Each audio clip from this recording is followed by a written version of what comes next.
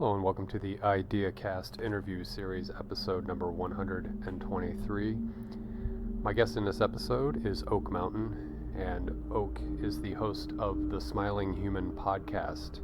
And we did a bit of a collaborative effort wherein I went and talked with him on his podcast, and then he came over and had this conversation with me on my show. And Oak has a background, an academic background in philosophy of mind, language, ontology, and ethics, as well as Eastern traditions, studying the Buddhist Dharma and yoga. So we had a wonderful conversation here. The conversation that he and I had on his show will be out in the early part of next year. So I hope you enjoy this conversation. I really did. The two different conversations were just really rich, and I very much enjoyed speaking with him. So I hope you have a good experience as well. And thank you so much for being here. I'd like to welcome Oak Mountain to the IdeaCast interview series. I look forward to a thought-provoking conversation with Oak. I'll confide in the audience, or the audience will disclose that you and I had a conversation for your interview series or podcast, and that will be forthcoming in January, I believe you had mentioned. So when that comes out, I'll put it in a link down below. But Oak, welcome. You and I have talked before. I'm really feeling good about this conversation, so glad to have you here. It's a pleasure, Justin. It's always been very enjoyable and thought-provoking to share space and dialogue with you. So thank you for the invitation. Yeah, I feel the same as well, and that's been borne out and demonstrated by pre-meets and conversations off the camera, or whatever you want to call it, or off record. And like I said, I look forward to what we will create together in a we space in this conversation. And you and I have there's convergence. I acknowledge, I think, in our first conversation that you are, and we'll find out about you in a moment, that you have some academic chops, and I'm a sort of self-taught guy, and that we can still have a good conversation is great. I think that's needed in the world, and that's one of the things that drives my show. Is I like to reach out to academics and intellectuals and step the power down just a little bit to a more of a general audience level, but not too general audience, because I have a sophisticated subscriberships. So let's do this. Let's check in with you a little bit, find out for the audience where you're coming from and what's going on with you, and then we'll build a conversation from that. Wonderful. Yeah. Bit of the brief bio history.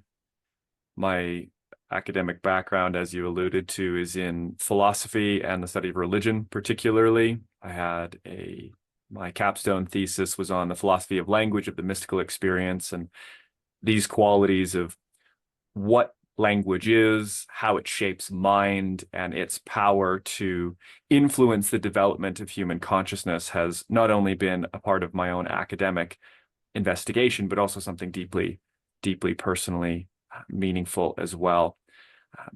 For the bio details, born and raised in Calgary, Alberta, Canada, I entered into philosophy maybe by fate, we might say, or by a degree of happenstance. It was my very first year of university, first class Monday morning, and I sat down in front of Sinclair McRae was his name. And funny enough, if you hear this, sir, you have changed the course of my life. And he was doing Philosophy 101. And I remember the first day he started talking, and a thought occurred to me. The thought was, this guy thinks like me. This is the first time I encountered someone who was articulating the way my brain was operating normally. And so I was enthused and was there early and asking questions and all of these things. And the process of reasoning and deduction and dialogos and the mystery, particularly around epistemology and how is it that we come to know anything to be true, really captivated me. And so for the first several years of my academic career, I was pursuing primarily ethics and political philosophy. That was where my interest was. And my personal disposition when it comes to ontology was I was quite atheist at the time, very anti-theist almost. Okay. And for those who want to do a deep dive, there is a cover of the National Post with my face on it under the headline "Good Without God," and you can go ahead and find that if you wish. And what that says is that there was a very stark commitment to this reductionist, materialist, and cut and dry evolutionary perspective on what it means to be human and what the world actually is. And somewhere in the midst of my career, if we could call it this, at the University of Calgary, I had a moment. We might call it a transcendental experience or a spiritual experience or an ego death experience. The name is not something that really worries me so much, but what I can say that I gleaned from this moment of expansive transpersonal awareness is that I understood why people had faith only after that moment. Mm-hmm. It became clear to me that there was, in fact, something that surpassed my projected understanding of the world, that my intellectual capacity, especially at that time, was so minuscule in comparison to the vast breadth of being and creation that, I mean, I was brought to my knees, Justin. Honestly, I was in tears when this happened. And this was a pivotal point in my learning career and a pivotal point in all of the work that has come to pass since, as I started to take in more and more of, we might say, the religious or the spiritual information, particularly from the East, through the study of yoga, through the study of the Buddhist transmission of the Dharma from the Theravada into the Vajrayana and how all of that changed. And this led me to, a few years ago, writing my first book, which was essentially the act of writing this book was how I would answer the question, what is the next thing I can do to ensure that I live a fulfilling and meaningful life? And so this book, it's called What in the Word, Uncovering the Art of Speech and the Power of Language, is an extension of my capstone thesis. And essentially, it is a tome of service to impart as best I could the understandings that I have gleaned through my travels and through my studies as to how language genuinely operates in the world, why it is so powerful, and in part, what goes wrong when we don't recognize that, what we can do about it, and why it matters. So that's brought me to turning this into facilitations in person, doing online coaching, doing speaking events, having beautiful conversations with insightful people like yourself, and really just engaging with the collective community along the lines of the reclamation of their own voices and the power of speech. So I'll leave it there for a summation. And very rich. The thing, it's actually got me kind of like wobbling a little bit about what to respond. But I think one thing that stood out to me is when you had that transformative moment or set of moments, and you went from that sort of classic, as you said, reductionist, if I could say atheist, position to one more of, and I don't want to put words in your mouth, like wonder and awe, maybe, and curiosity. I think you mentioned truth. And so if etymology online can be trusted, truth is entering into faith and a relational faith. And it is and so I'll spin that up and say, well, then I'm entering into faith with, again, as you said, objective is a word that we have to work around very carefully. And we both know John Vervaeke and his transjective term rather is maybe more appropriate to speak to truth, and that truth is relational. And so I appreciate that transformative process, because I think a lot of us, I don't think I was ever a hard atheist, but I currently identify as a non-theist only from an apophatic move. I don't dare claim to have any insight, but with that, I still enter into everything with awe and wonder, that I am just this utterly naive, utterly insignificant, whatever this is, experiencing and drawing it in. And I think that for me is the sort of threshold of moving into sacred space. And you've gone to me a lot further in launching inquiries and launching observations into landscapes that will inevitably draw you into hopefully a sense of, I'll let you answer that, but that path, that course that you are on, for me, speaks, I think, to where a lot of people are right now in the world.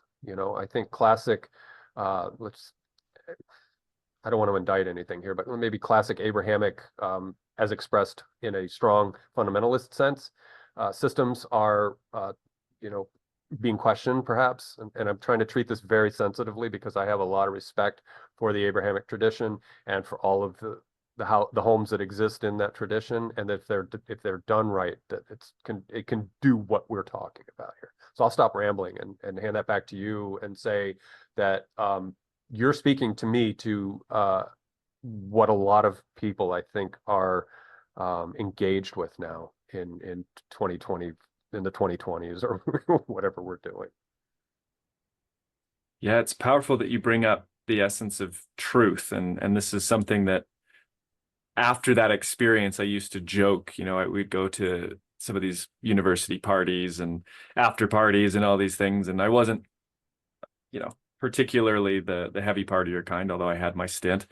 What I did like to do is I like to find interesting people to talk to. And one of the ways that I would do this, and I'll circle this back around to the idea of significance, relationship, and epistemology as well, is that I would go up to people and I'd say, okay, I can give you a universal and self-evident truth in 4 words. And you can bet that the university crowd, the academics, are like, you buddy, really? What are you on? There's no way that you can manage this. Yeah, exactly. And what I would tell them, and I'll put a little pin in this for the second, what I would tell them is the only thing that I was left with after that experience. I wasn't left with an understanding of self. I wasn't left with an understanding of God or a greater power or the underlying functionings of, the quantum realm. None of that. In fact, I was stripped bare of all notions except for one thing upon which I could begin to build. And this is what I would call epistemic certainty. And, if there's any hard skeptics out there, well, buckle up, we'll see where we get to. But this is something that I would then offer to people in this sort of cheeky manner. And the 4 words I would give to them are, this is, I am. So what does this offer us? Well, when we're speaking about truth, if I say to you, I am, we start to get Cartesian. People tend to want to go in the Cartesian route, cogito ergo sum, right? I think, therefore I am, which is a very rough translation. The idea is that the fundamental necessary axiom of all other propositional reasoning is being, period. You cannot think, cannot reason if we do not have being as a fundamental. So when I say, or you say, or any audience member says, I am, we utter the clearest and most fundamental truth of our existence in those 2 words. This is essentially the same thing to say being, existence, gesturing out at this vast and mysterious happening that we all are partaking in. And so to tie this back to the idea of relationship, it is particularly interesting because to relate, we have to be operating within a dualistic structure. We have to be self and world, or self and perception, or consciousness and objective consciousness, and this sort of division. When we come back to this fundamental epistemic truth, this epistemic premise, it is a unified, it is a monistic, it is a non-dual truth, isness, as I gesture to the edges of where English can actually manage to discern. But if we presume that there is some relevance to be found inside of a relational perspective, and I think we can all agree that there is, otherwise the human condition would be moot, and I don't think it is, then the idea of relationship is really key, because the next question that comes up is, if that's truth, what am I? If I am is a true statement, what am I? And even in this, and this is where we can start to tie in if you're keen about language, because the idea of I am really does tie into this Abrahamic piece that you're speaking to, because it was I am what I am, or I am that I am, that was spoken apparently by the scriptures, by Yahweh or the God of the Old Testament, delivered to Moses. And there we are. to relate, I want to bring this back to the idea of significance as well, because you talked about, you said the word insignificant, and forgive me if I'm a little scattered here, because I'm trying to weave 3 or 4 different ideas together here. But you said, whatever I am, this sort of insignificant piece, and the idea of significance of to signify is to demarcate or to symbolize as a means of transmitting information. If something is significant, it means that it is a marker of what? Information? Yes, and meaning. Mm-hmm. And so I find myself sort of bristle when people go, "Oh, I'm insignificant." I go, "Well, really?" Because you at your core share this fundamental isness that is universal, that is ultimately true, that is the floor upon which all other axiomatic and propositional reasoning takes place. All knowledge and wisdom rests on this particular piece. And you have the capacity to meet meaning, to make meaning, right? This meaning making is as not just a foible-ridden enterprise of false positives, Mm-hmm. but a genuine creative expression of whatever it is that is at our core. Mm-hmm. It's a lot. Maybe I'll take a pause and see what's coming up for you, Justin.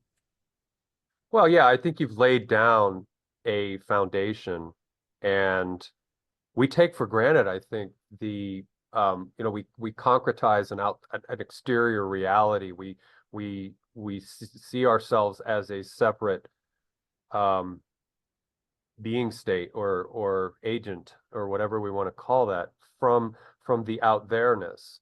But one thing I do and this could just be me doing mind warping of to torture myself, but I dissolve as much as I can of that boundary to do a grounding exercise, a humiliating exercise, to unite the I amness and that which um, is singularity. There, you hear the cliche and the tropes about, oh, there's, it's all one and all this and that.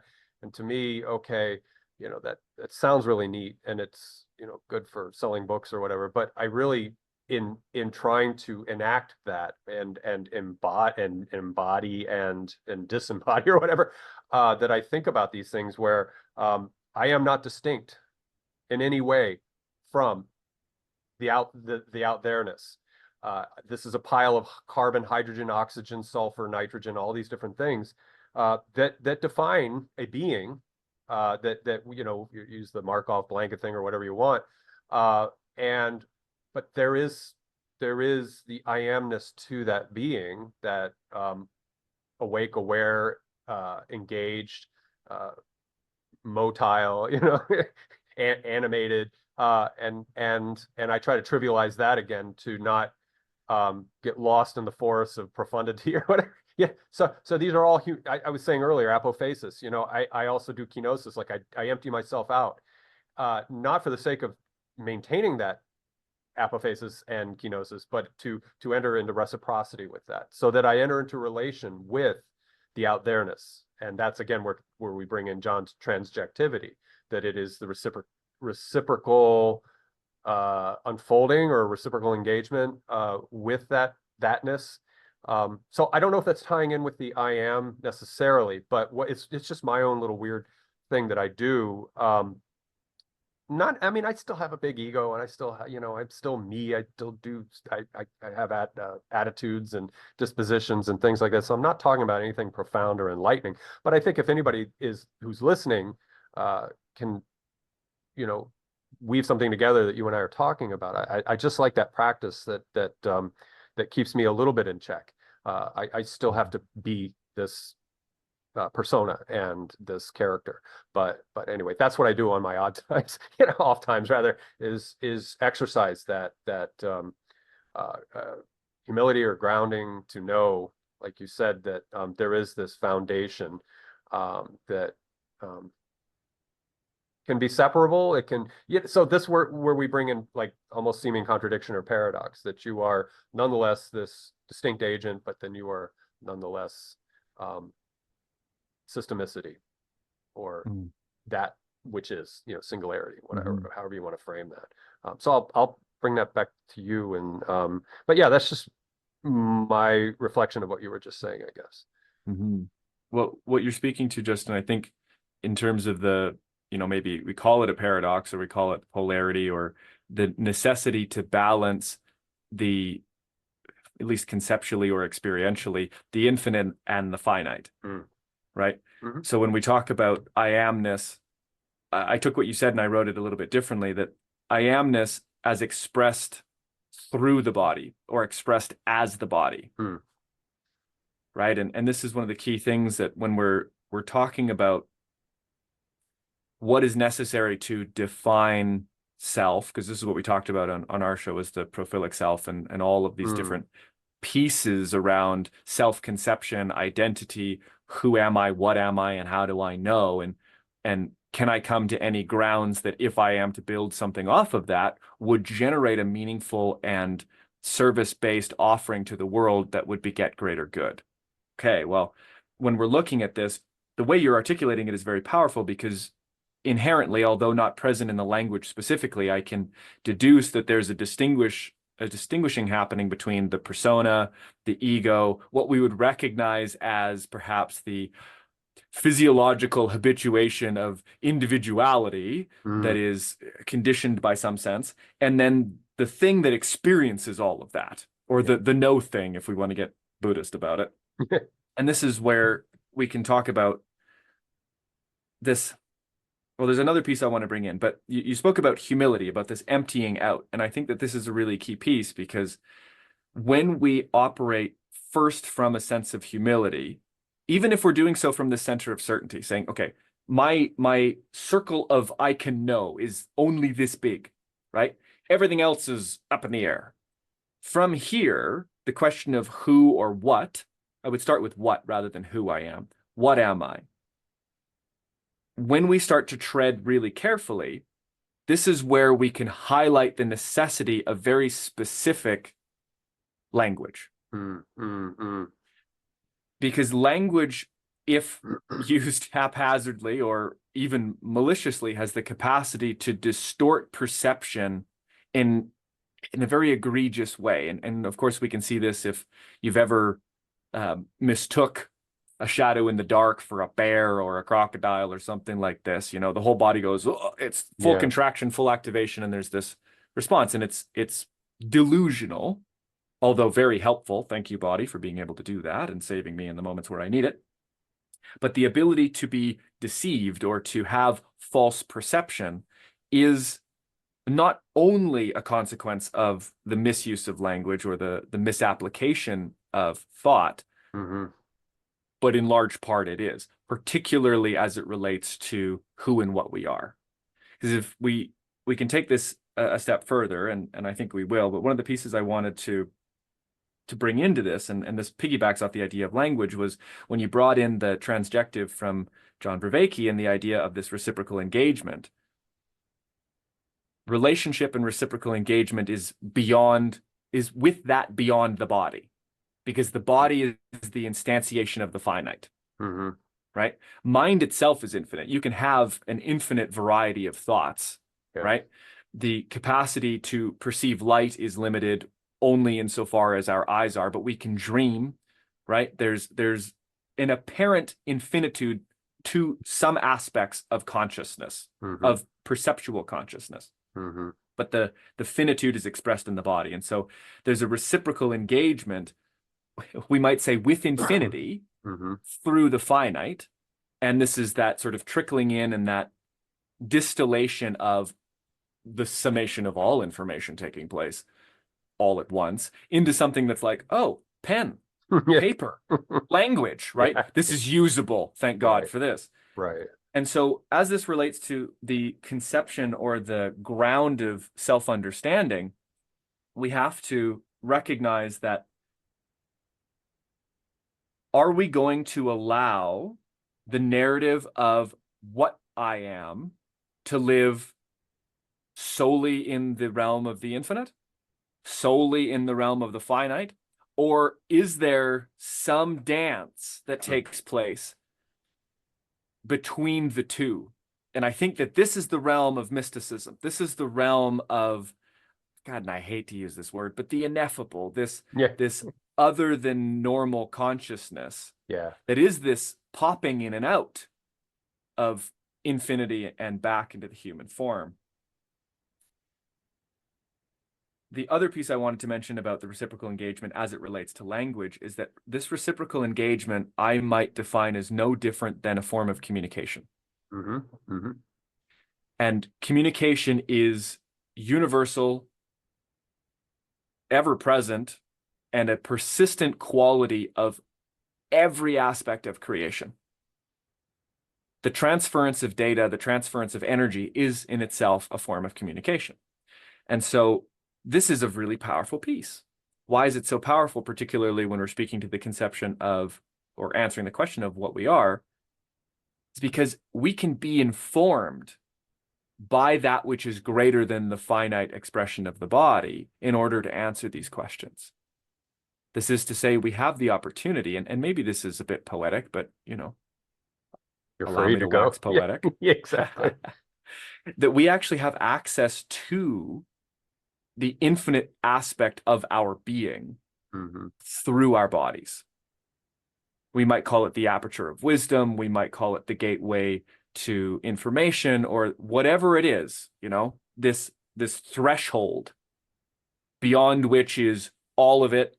On this side is whatever we've managed to patch together through our primate perceptual and meaning-making mechanisms. Mm-hmm. Mm-hmm. I'll toss it back to you. What's the horizon for you, Justin? Well, I appreciate very much that you talked about this being as an instantiation of a, what's the word? I don't like the word matrix. The complexity of informational intelligibility, whatever other terms we can corral here for a moment, and say that, as you said, the infinitude of so when you said that, I was thinking of Whitehead's Eternal Objects, or which is a sort of a species of Platonic. It's more of a useful Platonic form set. It's like, there is this God's mind kind of thing that we can coalesce information into ideas, into what you and I are doing right now in transjectivity of that exchange of the information and ideas, and birthing out concepts, ideas, and perspectives, and all these things that could be enriching. And so I appreciate that because I think that is a lensing that can afford us to move away from strong propositional, strong empirical, strong intelligence only. This is a concern of mine that that we want to bring wisdom and bring thoughtful thought into human dialoguing and human conversation. So I very much appreciate how you frame that and how you set that up. But yeah, I kept thinking of Whitehead and concrescents and actual occasions and perished object, all those things that he talks about, were showing up for me in that. And not that you were invoking Whitehead yourself, but it just sort of got me thinking about that guy's scheme and how there's so much poetry and sensibility to it, in that the endeavor when we endeavor to be intelligible and be good communication systems for each other, that there are a number of things coming together to facilitate that. And yeah, I don't have anything to generate for you, but that's what was going through my mind when you were talking. And I'd love to be clever enough to throw something new into the mix, but I'll turn it back to you and maybe something clever will pop in. Your reflections are valuable, Justin. Every time that you offer something else, in being able to receive your reflection, more pieces come through. That third space is populated when you participate. So I appreciate that. Thank you. Of course, there's an interesting thing to note about intelligibility. I've really thought about this at some length recently, and intelligibility, and maybe we can play with this. I don't know what you think about it. I'm not entirely committed to this idea, but I'll pitch it to you. That which is intelligible implies order. Mm. right? If something is intelligible, if we can, if it's propositional or if it's even recognizable without a propositional thought behind it, to say that I can turn my head and if I recognize the bird sitting on my fence as an American robin without having to go, that's an American robin in my brain, Mm-hmm. that there's a sense of order in that reciprocal engagement, and that there's perhaps even order could be inferred as a characteristic of this greater universe as a whole. Mm-hmm. If that's the case, if we're going to allow ourselves to toy with this and say that order is not the only but one expression of the universe, then we might also take it a step further and say that order implies law. And this is an interesting one to toy with, because law is, in physics, obviously the unmovable and unbreakable way that things are, Mm-hmm. right? And this is quite a helpful thing to toy with if we're willing to grant that law exists as not only an expression, rather, not only to be found in the expression of physical matter, but also that there are laws of consciousness and conscious perception, that there are laws that govern and that influence that particular realm. Then we can start to play with the idea that one could align physiologically, psychologically with law in order to open up those apertures to a greater capacity of intelligibility. That if I am to align myself with a fundamental way or law of the universe, of consciousness, of matter, that I may in fact be granted access to, through that alignment, a greater depth of wisdom and understanding about my own being or the infinitude from which I come. I take that as a presupposition in the work that I do, that law does exist. Okay. And one of the laws that I speak to in my work and that I use personally, and I know we like to play in this intellect realm, and it's like, it's like going to a rock concert for me. I absolutely adore it. The important piece that we can maybe get to later is like, why does that matter and what can we do about it in terms of the day-to-day, right? Mm-hmm. So we'll start on the broad spectrum here. I take it as a axiomatic truth that law exists, and I also accept that one of the laws is the law of harmony, the law of consonance, and therefore also the law of dissonance. That is to say, we have energy exists. Energy interacts in a number of different ways, one of which is waveform patterns. We see this as more and more the accepted understanding of the substrata of material creation, and that waves interact in a particular form. Either they support each other in their expression or they are dissolving of one another in a sort of negative interference. The hell does all that matter when it comes to language? Well, we can recognize that language is itself a vibratory phenomenon on multiple levels. Obviously, the air itself is operating acoustically, and we're working in that sonic realm. But the language as it's expressed through our neurophysiology is also a resonant structure. We have this electromagnetic harmony that's capable inside the body when we see heart-brain coherence or, bihemispherical coherence that leads to states of meditation and different things like this, that there's an implication here that when we are working to expand our understanding of what we are, that we are literally faced at every juncture, a choice point that will either, when we language it, take us into a realm of consonance and alignment with this type of universal law, or into a dissonant and destructive structure.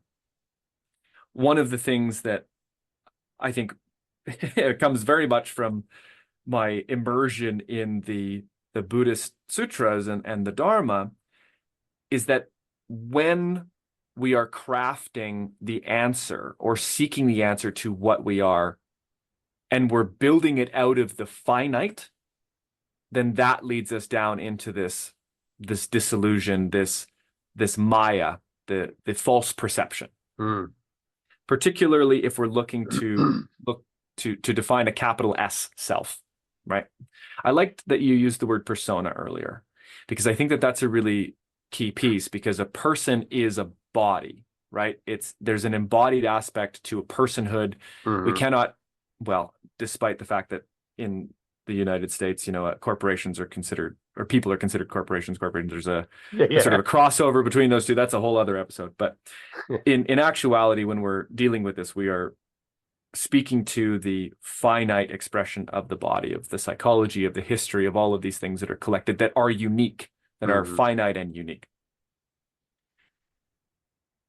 Where this starts to become tricky is that very few of us are inculcated or invited into an environment where the awareness of the sandy foundation of a self based on finitude is actually recognized.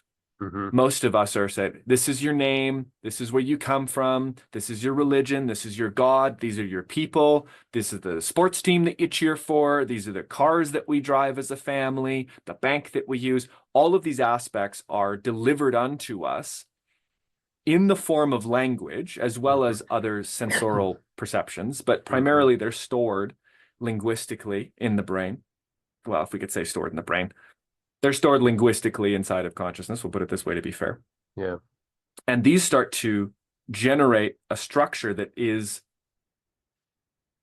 generative of both distortion, dissonance, and suffering, of all of those things. What do we do about it?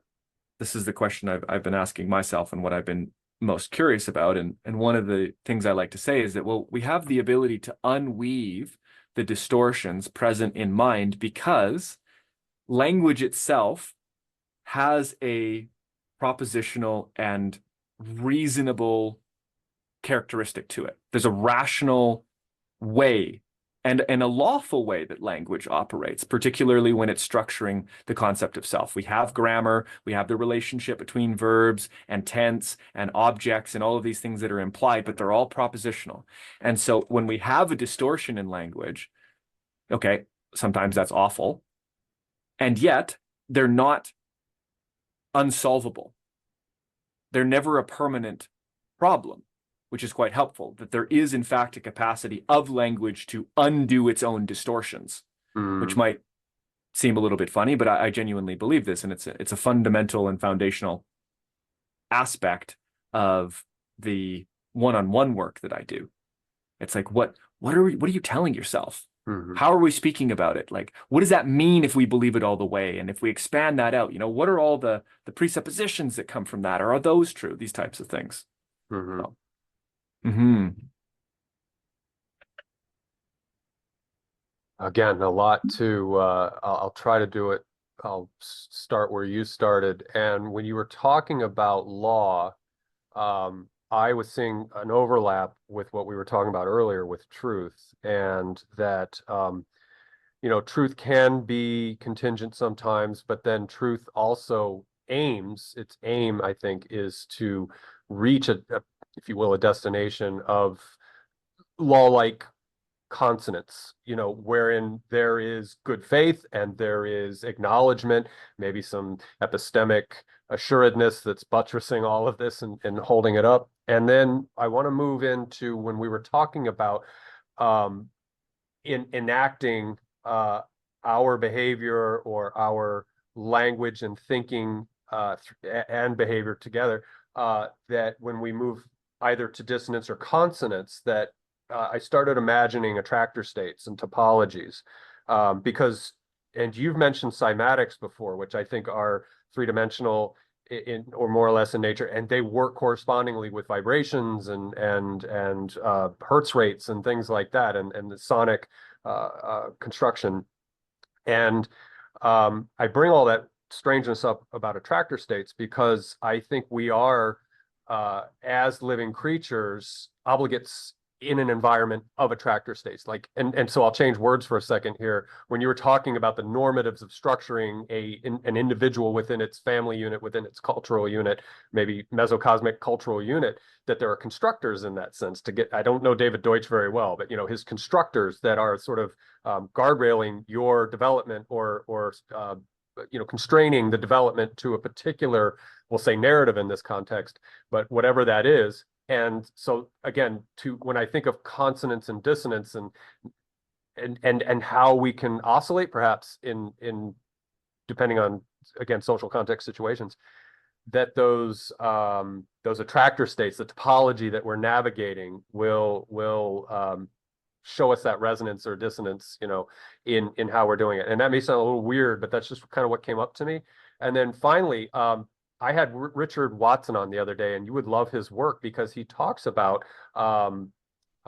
induction and how maybe something from a higher, either an octave or a gradient or an ontological domain can influence another structure or ontological domain. So I'll bring that in again with attractor states and topology, that where there may be topologies that we can't really recognize. We have our obvious landscape of our lives that we the world that we occupy. So I know that's a little weird and abstract, but that's what was coming to me in what you were saying. And then there's also the engram theory of memory, which is impressions, and it is morphologic in some sense, probably at a micro scale, at neuronal scale, but it is nonetheless these impressions that to me speak again to things like cymatics, that you have these reservoirs or these containers or whatever that is. So I'll throw that jumbled mess back to you, but those are the things that were coming to me when you were talking, that are sort of these means for which law can be enacted through us, and the law that you speak to, whatever the eternal objects are, whatever, however we want to say that, but whatever that is, that when we are enacting this mindedness into the world, this agency into the world, that I think those things are at play in the background. The attractors, cymatic structures, in resonance or disharmony or however. So I'll throw that pile of brambles to you. See if you want to do what you will with it. Mm-hmm. No, that's great. That's really powerful. I think I'll work from one of the last pieces of what you said and then work backwards.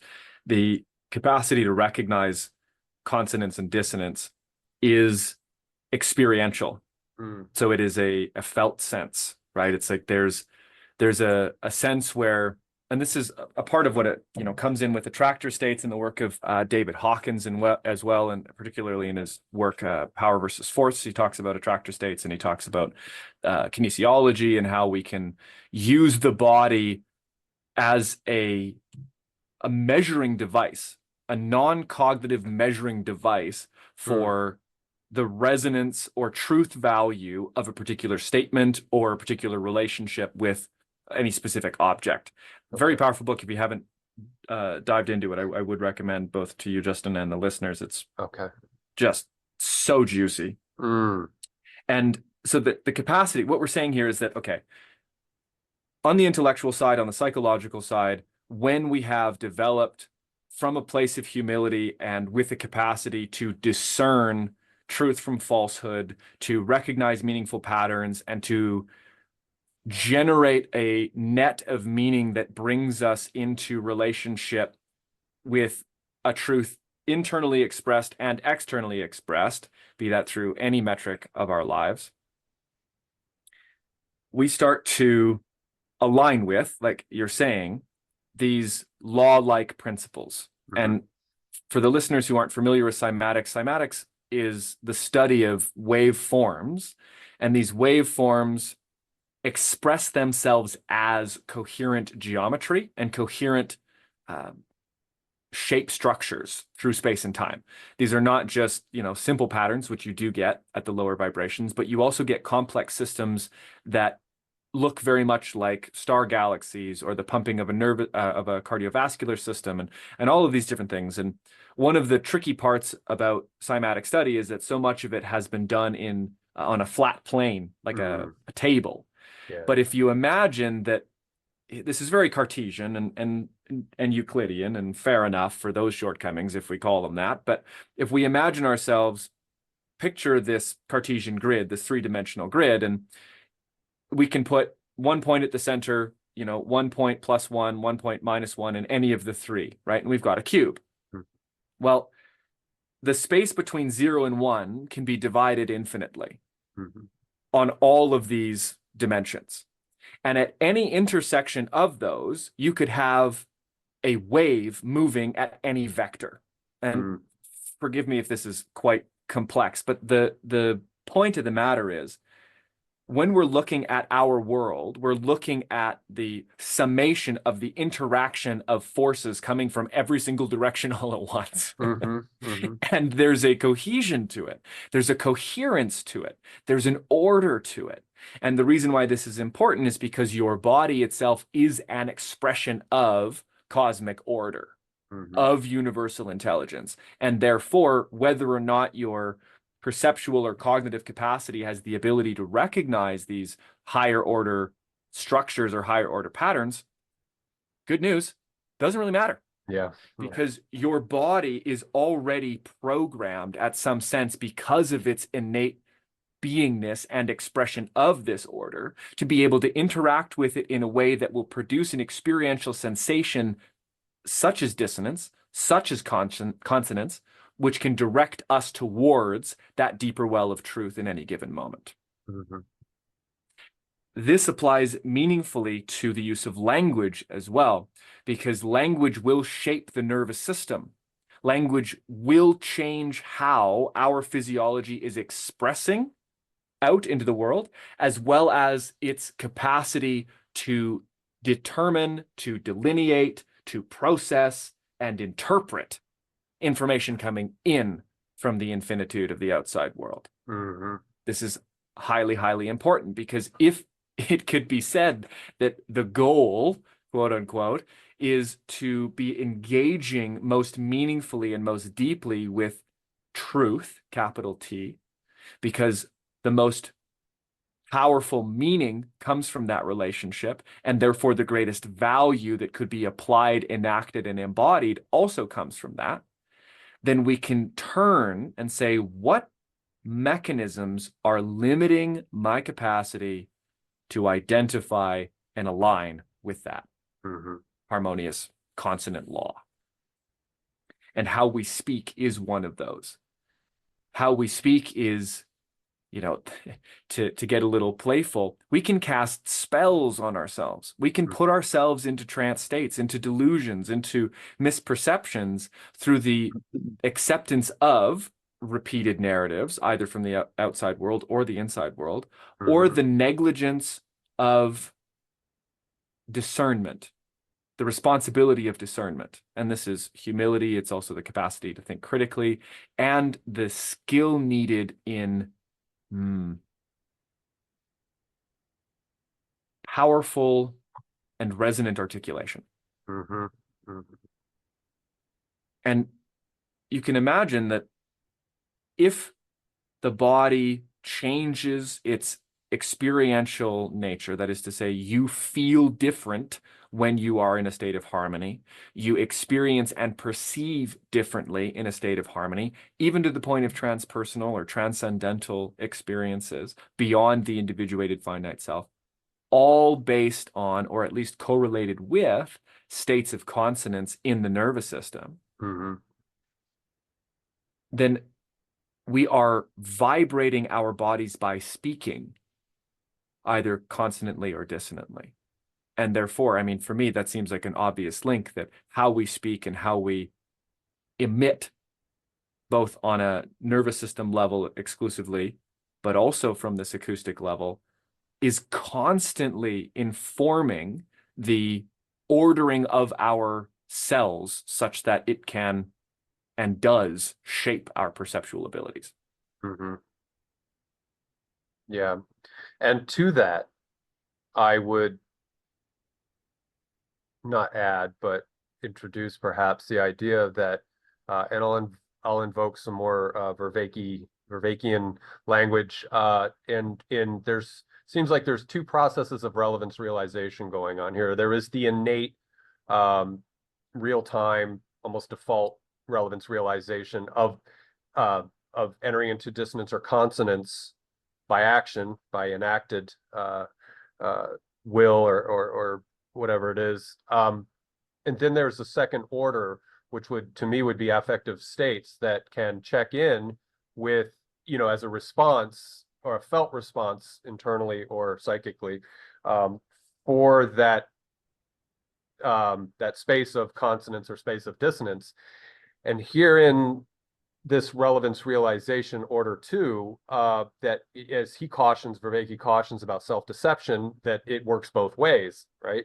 So now you have two sets of forces going on here, that you have consonance dissonance, the inherent, the very actual, very default consonance dissonance as enacted, and then also another order in the affective states in the psycho-emotional domain, wherein self-deception can muddy that or derail, or however we want to say that seems like a sense making or a ethical, no bad word, some kind of means of checking in with ourselves to make sure that when we feel what we think is consonance, that it is not my sociopathy or my narcissism that is doing that, and we all have narcissistic tendencies, so it's not, there's no outlier case being presented here. It's all of us having to struggle with this every day. So what do you think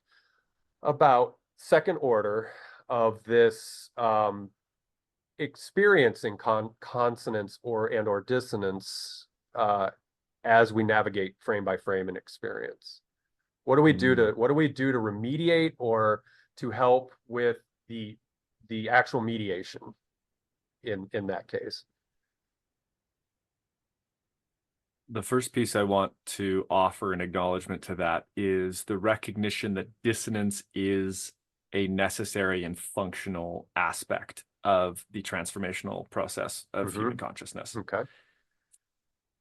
There are there's a guy on Instagram that I follow. He makes very, very joyful music. And one of the songs he sings, the lyrics are, nothing grows in comfort. Yeah. And that's an interesting piece, because we could identify pain or discomfort as an expression of dissonance, because it's almost the movement between chords, right? We can move between two consonant chords by moving into a state of dissonance. Right. And that dissonance introduces a quality of information, if applied with wisdom, hopefully, or maybe by a stroke of luck, in a reasonable way, can take us and transform us into something that, when we end up at that second state of consonance, is more greatly informed and more capable of truthful relevance realization, or accurate, we might say more accurate perceptions. Okay. And so the mediation and the self-deception is a really tricky part, because when we look at the physiology, particularly of people with narcissistic personality disorder, or any of the cluster 2 personality disorders, including BPD, narcissism, and the like, what we see is a physiological difference. There is a brain-based resonant difference in where and how the energy moves through different centers and expresses itself habitually through this one deep sense of emptiness. Because it's although narcissists think they're and express as though they're the greatest thing, there's a very deep insecurity and emptiness inside of that. Same with BPD. Okay. This aggrandizement of one's own needs, the lower activation of the 10 major empathy centers. This is it's bared out by Simon Baron-Cohen in his book, The Science of Evil, particularly fascinating for those who are interested in the neurophysiology of empathy and cruelty.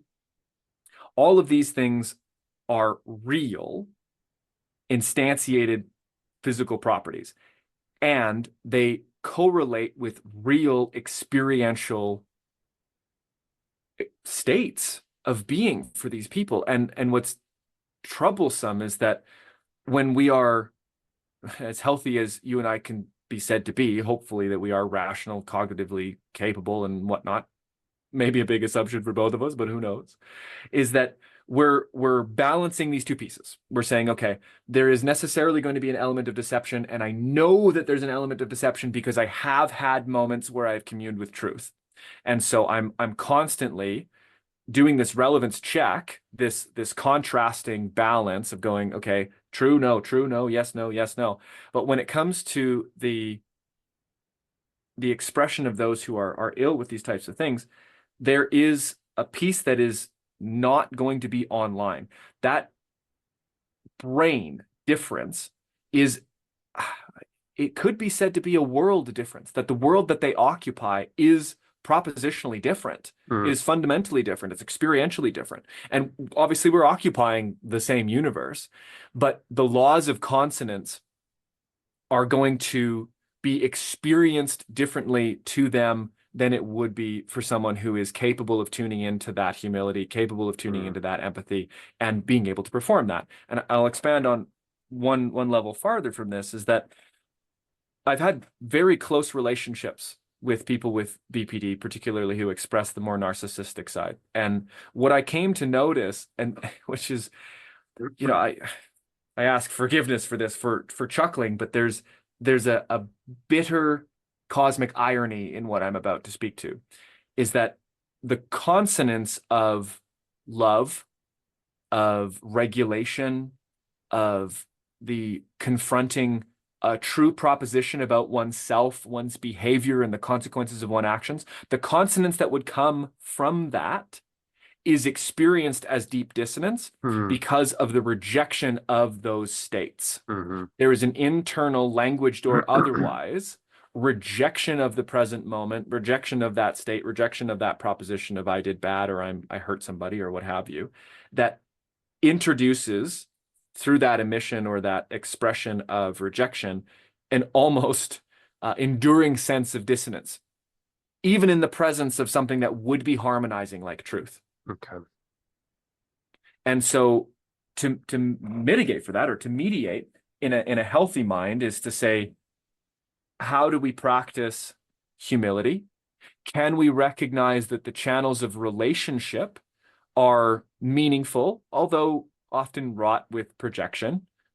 That is to say, if I say to you, Justin, you know, how did you perceive my speech today? Or how did you receive, how did that land for you? Or, you know, if we're friends and we go out, it's like, you know, what's it like to be my friend? How does it feel for you? Right. And taking that feedback, that's the relational piece that you spoke to earlier when you were talking about the reciprocal engagement. It's not just us in a vacuum. Yeah. It is recognizing that the human world and the more than human world is constantly feeding us and communicating with us relevant information, hopefully, most of it's relevant, in a manner, and we might even say to the end of bringing us into a constant state of harmony. And that might be a bold statement. How can I say that the universe is genuinely pushing us to a state of harmony? Well, this is where we start to skirt the ideas of Taoism, that balance is a primary law of existence. And balance is an expression not only of consonance, but the relationship between consonance and dissonance, and the capacity to move fluidly between them, and the organizing that allows for non-destruction and creation and destruction, right? It's like all of those, we should say creation, preservation, and destruction as the tripartite. Hopefully that answered the question about how we mediate between the two. It's an interesting realm. How does that, what comes up for you there? Yeah, no, that's satisfying. Thank you.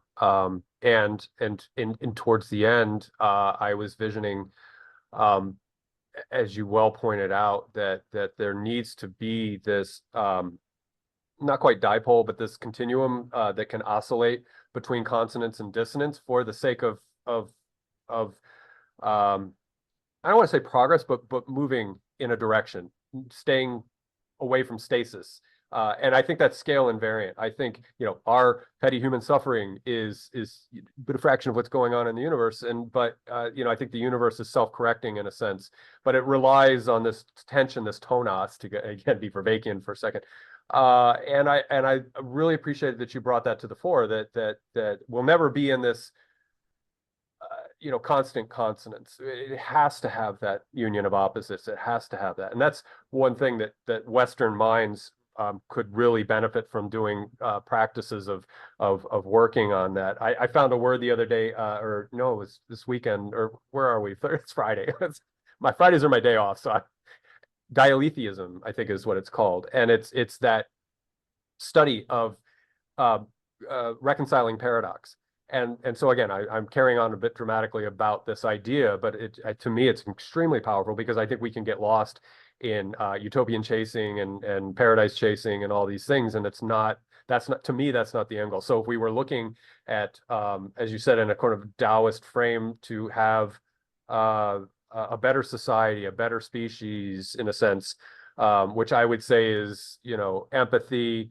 Uh, Seeking eudaimonia over hedonism. Hedonism is nice in its place, but seeking these virtues, if you will, or platonic good that we can identify, which I think again is both consonance and dissonance that requires that oscillation for us to stay balanced. And so maybe I'm saying that to the audience that we're not trying to say, or at least I'm not trying to frame anything in that we can escape to some kind of idealized perfectionist culture, or even individual state of being. I think it will constantly, but what I think we can do to finish out is mitigate and turn down the volume on self-generated suffering and misery that comes from a lot of the things we've been covering here in the dissonant side of things. And that's, and I'm very naive about Buddhism, but I think that's one of the, the Four Noble Truths is that, we generate a lot of suffering, and sometimes it's generated because we're after something that we think is good. It's not just that we're seeking hedonic pleasure or attachment to physical things. It could also be spiritual suffering that we generate by misframing that we want to stay. It's sort of the Jungian shadow, right? You've got to dance with the shadow and be aware of the shadow and manage your relationship with the shadow. So I'll go Jungian for a second there, but yeah, I'll turn that back over to you. But yeah, I just wanted to acknowledge and appreciate the fact that it is that union and the oscillation that keeps us looking forward and capable of mitigating self-generated suffering, which I think to critique modern Western culture, which is where I occupy, that I think that's something that might be good medicine. Mm-hmm. Yeah, absolutely. It's a very powerful thing to interact with, the recognition that the aim is not for margaritas on the beach and just ecstatic joy for days and hours on end. But from the Buddhist perspective, since you evoked the Four Noble Truths, is that insight is one of the key transformative factors. I don't even want to say it's a goal, but it's a means by which this self-generated suffering is alleviated, right? And it's interesting to hear you say before too, Justin, you mentioned petty human suffering, and from a Buddhist perspective, we might say, or from the Mahayana Buddhist perspective, we would say that if any being in the universe is suffering, then the whole universe suffers. And that there's no suffering that's insignificant. And this is an interesting piece to look at, because when we're talking about union, right, we're talking about this wholeness, to say that there is a permeation and almost a holographic aspect to it, that your experience as the listener or as Justin or as Oak is actually a holographic representation of everything that's taking place in the whole universe. It's like, oh, that's a nice thing to say, but what would that mean if we actually took that into account? Well, that means that because we have already covered the recognition of the bi-directional communication taking place, that it means not only are we being informed about the state of the universe, but we're also informing the state of the universe. And if we are perpetuating thought habits or other habits that allow this type of self-perpetuated suffering to keep going, then we're informing the universe with more suffering. Not a great plan if we believe that suffering is something worthy of being alleviated. And so the oscillation between consonance and dissonance, I think we can almost even take a step back and say, let's look and say, recognizing that there's a movement between consonance and dissonance, chaos and order, whatever it is, these apparent opposites, and that these apparent opposites appear opposite only through our particular perceptual structures. And that when we actually move and start to align our neurophysiology, start to align our cognitive and relevance realizing structures, if we could call them this, Mm-hmm. align them with law, align them with a harmony, align them with an Mm. undercurrent that is more closely related to this fundamental truth, then we expand our perception and we modify our perceptual mechanisms in a way that allow us to see a greater expression of truth. And it's hard not to talk in hierarchies, greater or lesser, and things like this, Yeah, yeah. but a clearer perception. And this is what is meant by insight, to tie it back around, that insight is not about some idea, some notion, but it is seeing what is as it is truly. Mm-hmm. Mm-hmm. And if we know that our mental world is performing those guide bars like you spoke to earlier when we were speaking about that, I think you called it the mesocultural progression of an individual into all of these different narratives, and how the narratives themselves are these guiding structures towards several different experiences, that the same thing is taking place insofar as it's relating to our capacity to perceive or to have insight into the true nature of what is, or the root of our own suffering. And it's a powerful place to be, I think, because one of the things that I realized in tying together Buddhism and cymatics and neurophysiology, neurochemistry, behavioral, whatever, umpteen different disciplines that I've skirted through in the last 2 decades, has been that the individual is the locus from which the capacity to change is enacted. That is to say that you, where you are, as you are right now, have what you need to change, Mm-hmm. to Mm-hmm. transform, to commune with truth. And that likely you can detect the parts of your body, your mind, that are impediments to that particular desired transformation or expression of higher evolution through the quality of language that works its way into your communication with other people and your relationships, but also that which is allowed to perpetuate internally inside the mind. Mm-hmm. And that's a very worthwhile place to start looking at, and to be scrupulous, and to not to be tyrannical in our sort of upturning of these patterns, but to be very luminous, shine the light very bright, and see, not every proposition that passes through our mind is meritorious of Mm-hmm. a second pass, we could say. Mm-hmm.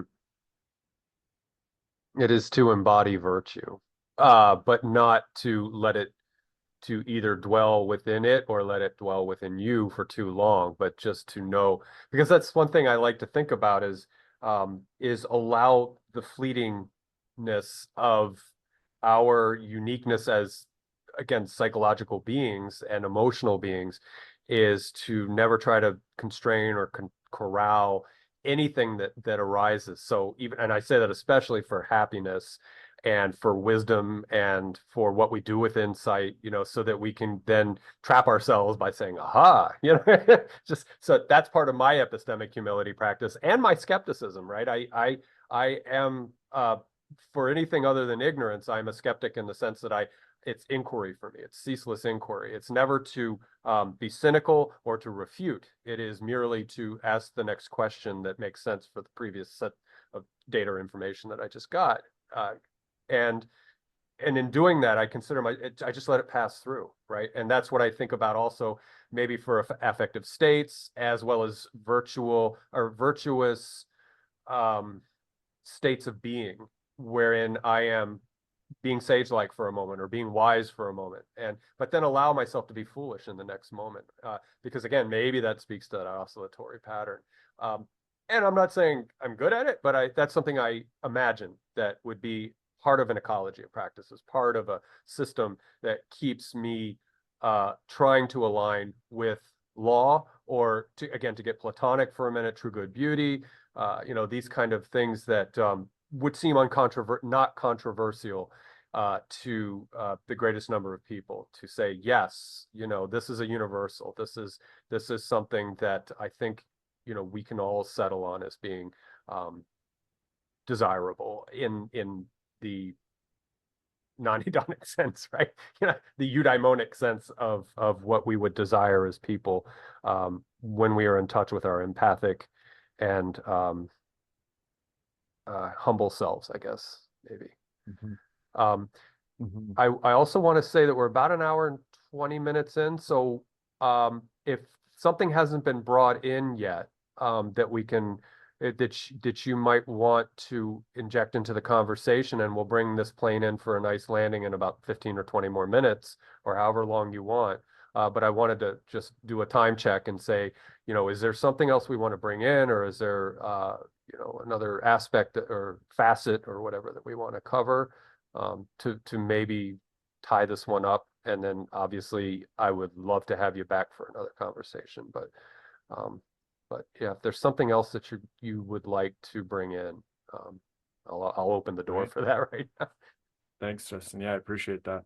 I think the one piece that would be offered that would probably lead to a sense of completion regarding these last topics is the other side, or the not necessarily reciprocal, but the second piece that makes the transition into, we could say, consonance or an alignment with law, not necessary, but more possible. It facilitates it. Mhm. And the insight is one piece, which is being able to, wash away or dissolve or release the grip on those thought-based propositional structures that distort our perception of truth. That's the one aspect. Let me get all the brush out of the way so that I can see clearly. I can see this oscillation of opposites. I can see this complete picture. And the other piece is like what you mentioned, which is that which is responsible for the generation of suffering, which is desire and aversion. It's two sides of the same coin. And it's one thing to see something as it is. It's another to accept it for what it is. Because there is an attitudinal aspect to it, albeit subtle, but there is an attitudinal, maybe non-linguistic, almost somatic piece that we can address. So, how is my body responding to this? Why is my body responding to this way? In Buddhism, we would note that when these things come up, when these distortions arise, they're called samskaras. It's a thought, sensation, emotional complex, essentially, that they tie to karma, but it's something that stops us from seeing clearly. Okay. And so the practice of equanimity is incredibly powerful, because this is where we almost relieve ourselves of the tension produced from hierarchical thinking. And it's not to say that we don't want to go and throw away the good, the beautiful, and the true. We don't want to throw away these higher order virtues. Is not what I'm trying to imply. I'm not trying to, go unilateral and level everything else. It's not this. Equanimity is the disposition of accepting equally, without this sort of knee-jerk resistance or clinging, whatever it is that's coming up. Like you were speaking to wisdom or foolishness or insight or creativity, that anicca, another Buddhist concept which means impermanence, this ever-flowing aspect of isness, this ever-changing nature of reality, is also something that needs to be aligned with. It is law. So when we recognize that there is law, and that this attachment and aversion is a projected aspect of our own ignorance onto the world, when both of those are realized, I mean, that's, we might call that nirvana in a permanent state, right? It's, or satori if it's realized for a moment. Okay. This oof, right? The moment of alignment, there's this sort of that light that goes off. And so that would be a piece that I would offer people to investigate. And if they're curious, a book that I think is recommended reading for all humans on the planet is Letting Go by David Hawkins. I know I've mentioned him now twice in this interview, but he's incredibly powerful. And I actually have the book here. I didn't write it. It's not sponsored, but Yeah. it's a transformational read. I'll say it's not that I was informed, but I was transformed through the reading process. And I think that for those who are recognizing any aspect of their own lives, any aspect of their own suffering that's generated by their inability to let go of resistance, or inability to let go of desire, or this craving to have things a particular way, that's a really great place to start.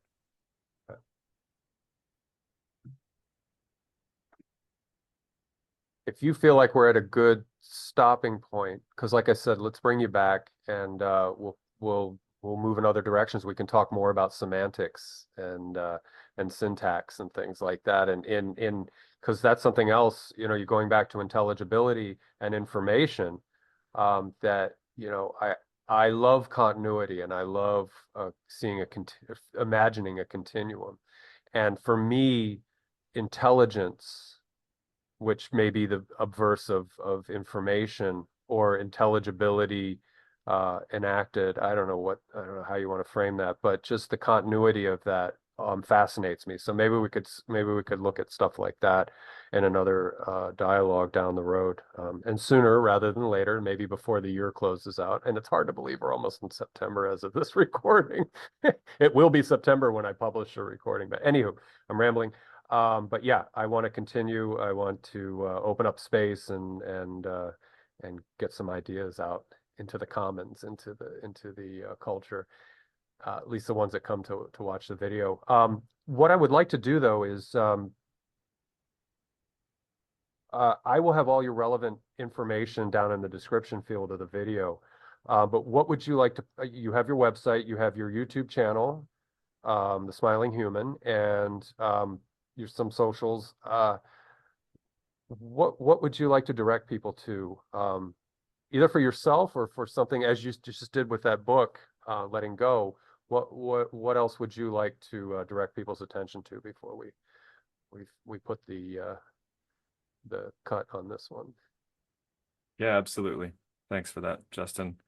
As mentioned, you can find most of my information in the links below. My website is thesmilinghuman.com. I'm active on Instagram as well, active on YouTube, and this upcoming September, actually as of September 3rd, so maybe about the time that this airs, my own show, season 1, will be going live. So you can find that on Spotify, Amazon Music, Apple Podcasts. It's The Smiling Human Podcast.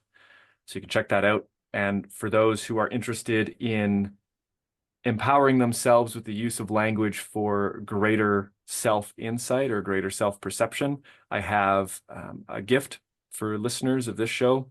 You can go to thesmilinghuman.com/free gift. And I have a 30-day insight journal. So guided questions, guided insights, deep dives, things that can start to get these gears turning where, yeah, you can hopefully gain a greater sense of awareness of what's alive for you inside. So that'd be about it. Nice. Well, I personally appreciate that. And on behalf of the audience who take advantage of that, I will acknowledge that as being a act of generosity on your part to get people, help them continue or help them start, you know, a process or a journey. But Oak, this has been really neat. It's about what I imagined it would be, and I say neat just like I'm, you know, in that sort of awe stage of youthful, enchanting, you know, response to enchanted response to what we've just covered. So thank you for that. I appreciate being able to open up your mind and walk with you and be a good conversation partner. At least you were my good conversation partner, and I know I'm kind of ADHD, so like I said, I'm that little Jack Russell that just bounces around. But I appreciate you working with me. I don't consider it a limitation. It's just it's just my eccentricity. So I appreciate you working with me in that regard, and us being able to have that dialogue. So thank you. I just want to acknowledge that. Appreciate it. Absolutely. It was a sincere pleasure. Thank you again, Justin. Absolutely. To the YouTube audience, thank you for your time. I hope this conversation was of benefit to you. I hope it landed for you at the right time in your life, or, you know, that you found it and it gave you some things to think about, some good takeaways. So, and Oak will be back. And if I'm not too lazy and slothy, I'll put it out on my socials. Hey, Oak's coming back. So I don't usually do that, but if we nail a date, say November, December or something like that, then I'll make sure I put the word out. But yes, thank you, YouTube audience. Oak, I'll say goodbye to you after we're done recording, but thank you, YouTube audience. Appreciate your being here.